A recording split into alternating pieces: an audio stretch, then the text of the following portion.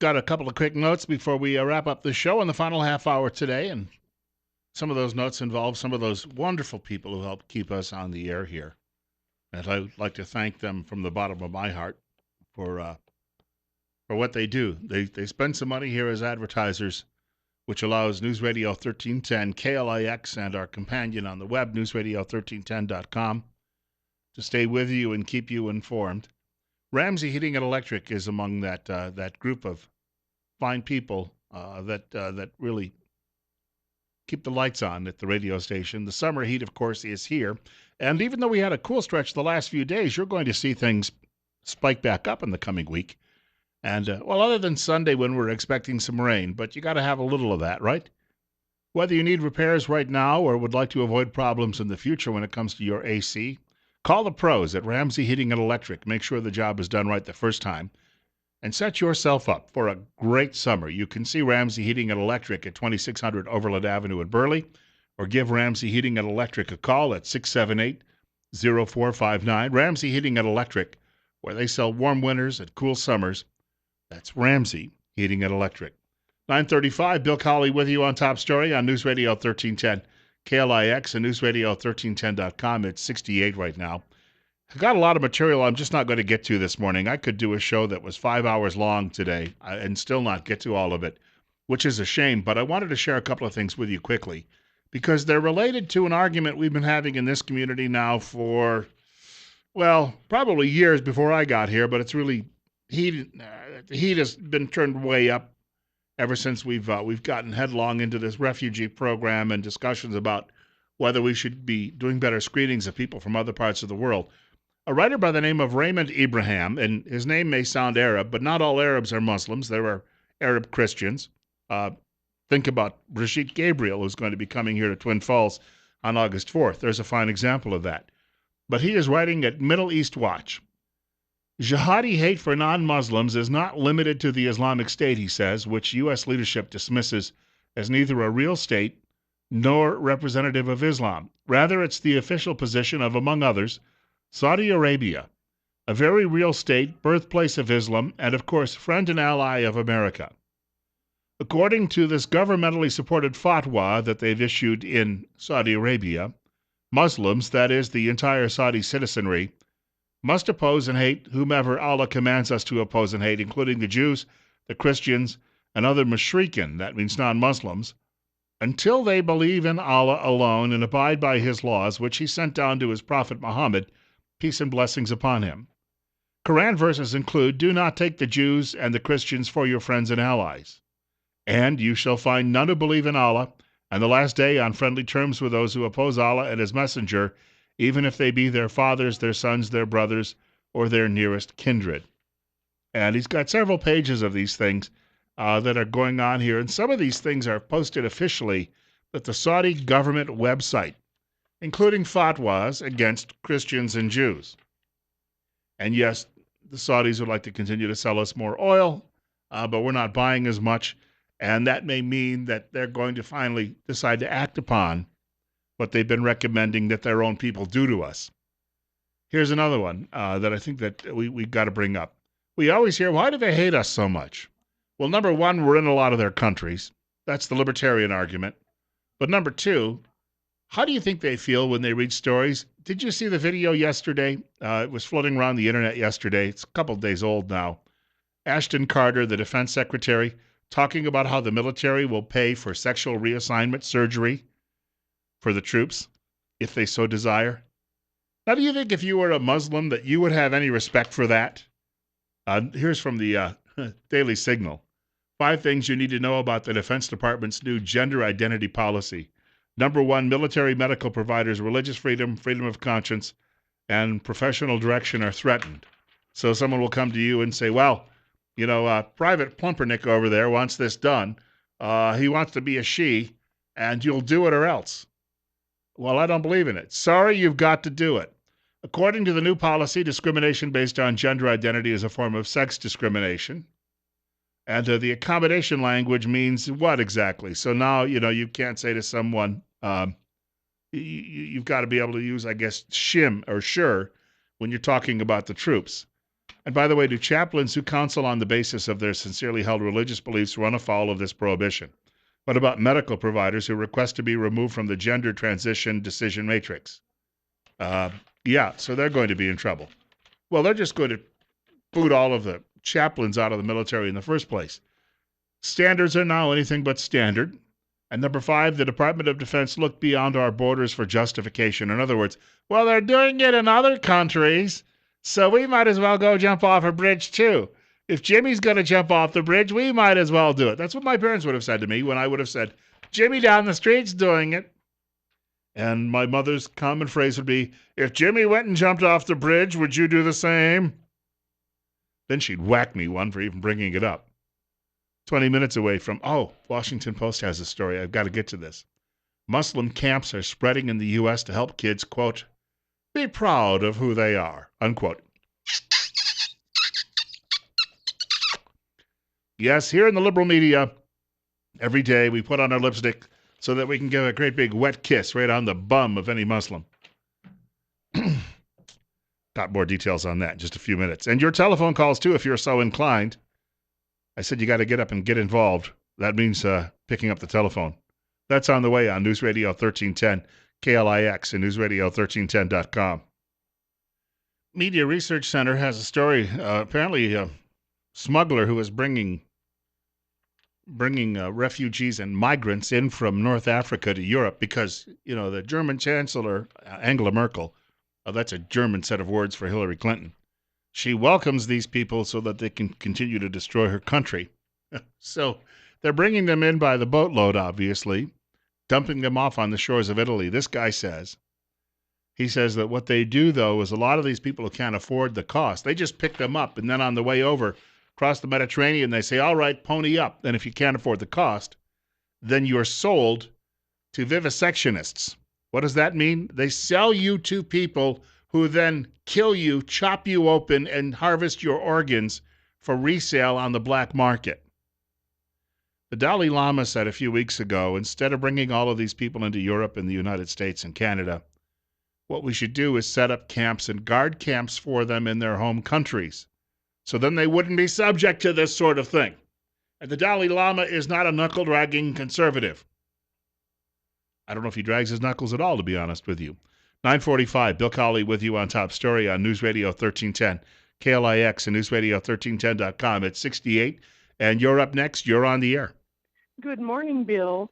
About Brigitte Gabriel coming in, I just heard you mention that. I was going to point out a little bit of information, if you're interested, about 3 churches on the south side of the Snake River have accepted free bulletin inserts to invite their congregation to the Brigitte Gabriel event, whereas all the other churches have rejected it. Now, she attracted, 1,100 people when she spoke in Caldwell, so she draws a huge crowd when she makes an appearance. Yeah, she absolutely does. She's probably the most inspiring speaker I've ever heard. In addition to which, she is a Christian, and she gives a Christian testimony of truth that covers a lot of topics. So I'm just going to encourage your community of listeners to petition their pastor to allow this invite free to enter their church, to come into their bulletins or hang on their bulletin boards. And additionally, we're not seeing any local churches step up to minister to this family with the hurting little girl who was violated. Isn't that a shame? They step up for the refugees, just pointing that out. Isn't that a shame, though? You've got probably in the city of Twin Falls alone 40 churches. And you can't find somebody who can say, we can provide counseling or comfort or whatever they may need. Nobody's willing to do that. The family has real physical needs, and they are not able at this time to have the income to provide for themselves. And this issue has obviously pushed them right over the limit of what a family can tolerate. And again, no church in this community has stepped up to volunteer any kind of care or any kind of economic package for this family. If someone hearing this, a pastor hearing this, would like to do that, where would you send him? Who should he contact? He could contact the local chapter of Twin Falls Act for America, or he could contact the loosely affiliated group of people that are identifying as We the People Magic Valley. They're both found on the internet. If you just do a search for either one of those names, There are people out there caring for this family, and there's also a GoFundMe account on Facebook that they could find. I think But that's a good by and start. large, the churches are not allowing the invite in, and the churches are doing nothing to respond to this family's plight. Well, unlike refugee resettlement, there's no money involved for the churches. Could be. Uh, Yeah.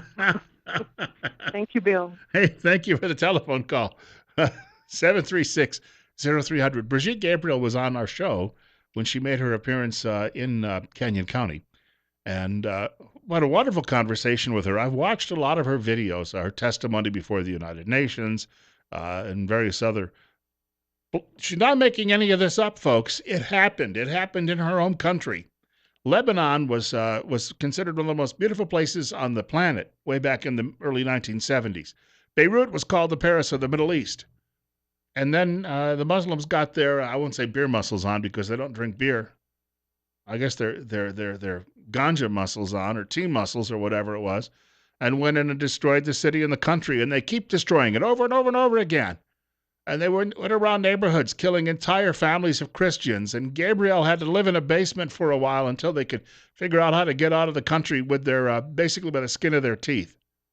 And she brings a strong message and tells you how this cancer can grow. And you want people out there to hear it, but of course, and I'll put it this way. When Shahram Hadian came here, only a couple of different people who were local politicians went to hear him speak.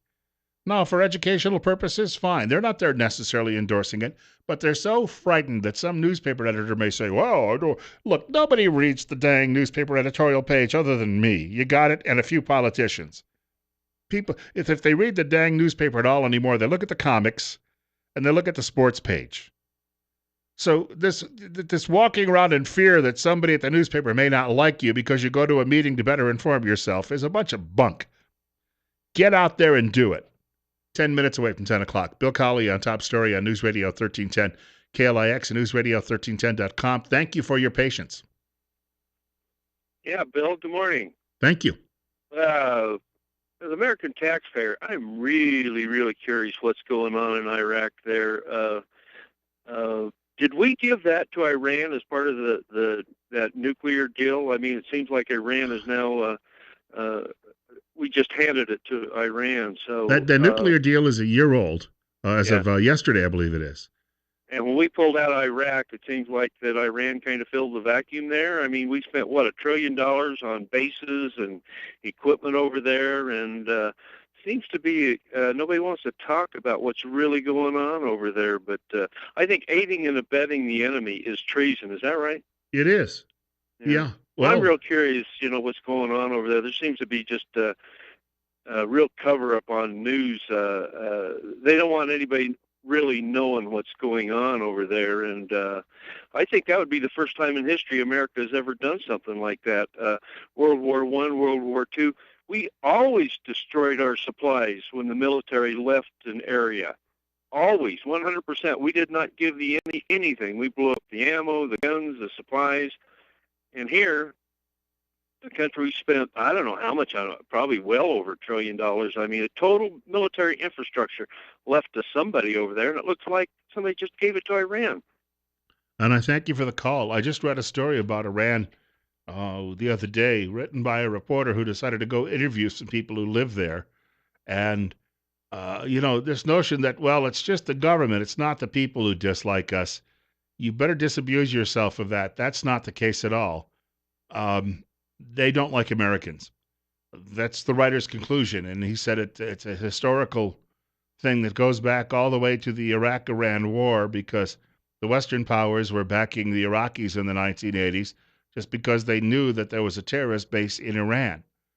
But this guy says the Iranians are saying, hey, we get that nuclear bomb, we're going to make some havoc in this neighborhood. They don't care because they lost, hundreds of thousands, if not millions of people in human wave attacks in that Iraq war in the 1980s. They are an extremely bitter people who are looking at this point, if they can do it, to launch those missiles at us. We've given them the rope to hang us with.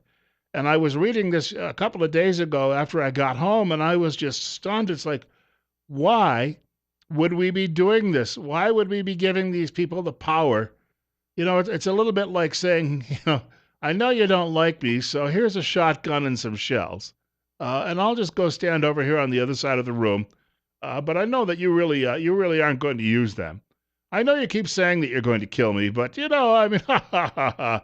Oh, you can't really mean that, obviously. Ha ha ha ha. And folks, they are looking to do it.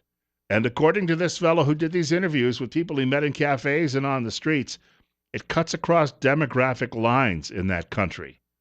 Why can't we get that through our heads? Unless, of course, we have people in government here who really want this to happen to us. Maybe Mr. Obama thinks it's our comeuppance, and maybe he thinks it's what we deserve, and this is the only way that this is going to happen. And I'm flummoxed by it all. I've got to mention very quickly before we wrap up the show today, I was talking about some of those advertisers who help keep the lights on here at the radio station, and one of those would be Dr. Eric F. Jones, of course, who's been practicing a systemic approach to wellness since 1993, and he has master's and doctoral degrees in what he is doing, family and also marriage therapy, which in this day and age really, really is what we need to be talking about. We have so many broken families. Dr. Jones uses methods of alternative healing such as naturopathy, medicinal herbs, nutrition, sound waves, intellectual cognitive self-regulation, and napathy to help remedy and manage mental, emotional, physical, and spiritual challenges. Currently accepting new patients, he has evening and Saturday appointments available. Telephone number 208-731-7178. Also on Facebook at Eric F. Jones, PhD, Mental Health and Wellness Therapist, Eric with a C. And if you've got a pen or pencil nearby, I'm going to tell you what this story is, and I want you could go do a search on the computer. There is a writer by the name of Annika, and she spells that with two N's and a K. Annika, Annika. Annika, and then her last name is a hyphenated last name, Hernroth Rothstein. And that is Hernroth, Hernroth, Rothstein, Rothstein. And if you look up her name, here's the title of the story. We don't want to forget. In Tehran, revenge is a national ethos, as it is in much of the Muslim world. You're up next. You're on the air with Bill Colley at we'll call it 9:55. Yeah, good morning, Bill. Well, the whole problem is that since Henry Kissinger went over there and forced the Shah of Iran out, we've had 36 years of the Ayatollah Khomeini and all the rest of them that hate us. The Shah was pro-Western, so it was our State Department way back then that really brought this about. And Kissinger, of course, was also got Ian Smith out of there. But we have to realize that the Muslim Brotherhood, or at least that philosophy of theocracy, is running our State Department. And this is why they created this refugee crisis, to bring about what's happening so that they can bring more of these people in here that most of them will never assimilate. They want to kill us. They go by, if they read the Quran and follow it, there's 106 verses at least that tell them that if we don't convert, they're supposed to kill us. So, I mean, you can't coexist with these kind of people, but you look at everything that's been going on, it's favoring them versus us. We need to call treason what it is, treason. Then you've got people like the Obama White House who stand back and, despite the fact that the Iranians thumb their noses at him after the deal, just keep telling us, oh, they don't really mean that, ha, ha, ha, they don't really, and then they tell you that the rest of them around the world, they don't really mean that, ha, ha, ha, ha. And they got to know better. They've got to know better. Yeah, they certainly do, and it's all about world domination, folks. It's not a religion, it's a theocracy for world domination. That's what Islam is. The Quran basically teaches them to kill us unless we can stop them. We better stop all this immigration and the refugees and so forth, and wake up and smell the roses. Thank you much for the call. We could use a few roses right now, because all we're getting lately is the thorns. I've got this from the Washington Post. Proud on the Potomac, Muslim camps are spreading in the U.S. to help kids, quote, be proud of who they are, unquote. You don't think the Post would ever go into any of these mosques around the country and do an investigative story on all of the hate preaching that's going on? No, of course not. Pay no attention to that. We want to ignore that, and we want you to ignore it too, because all will be well. And even if they come and kill you and shoot you all up outside your favorite big box store someday as part of jihad, well, you deserve it because you're an oppressive white Christian.